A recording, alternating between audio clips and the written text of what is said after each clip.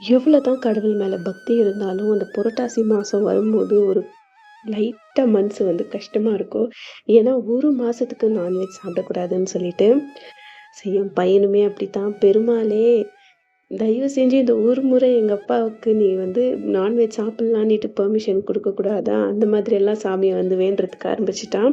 So அவனோட non veg கிரேவிங்ஸ வந்து சரி பண்ணணும் அப்படின்றதுக்காக, டெய்லியுமே பார்த்தீங்கன்னா, அவனுக்கு டிஃப்ரெண்ட்டா ஏதாவது வெரைட்டியா சமைச்சு குடுத்தா, அட்லீஸ்ட் அவன் வந்து கொஞ்சம் அந்த தாட் வராம இருக்குன்றதுக்காக தான்.